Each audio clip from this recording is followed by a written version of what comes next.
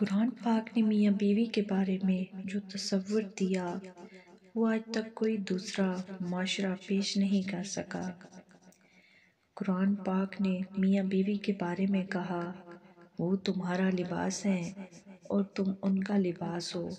لباس سے تشبیہ دینے میں حکمتیں ہیں۔ ایک یہ کہ لباس سے انسان کو زینت ملتی ہے، لباس سے اس کے عیب چھپتے ہیں، اور دوسری بات یہ کہ انسان کے جسم کے سب سے زیادہ قریب اس کا لباس ہوتا ہے۔ تو بیوی کو خاوند کے لیے لباس کہا اور خاوند کو بیوی کے لیے لباس کہا کہ اب تم دونوں ایک دوسرے کے اتنا قریب ہو جتنا قریب تمہارا لباس ہوا ہے۔ اب بتائیے قرب کا اس سے بہتر تصور کوئی دوسرا پیش کر سکتا ہے؟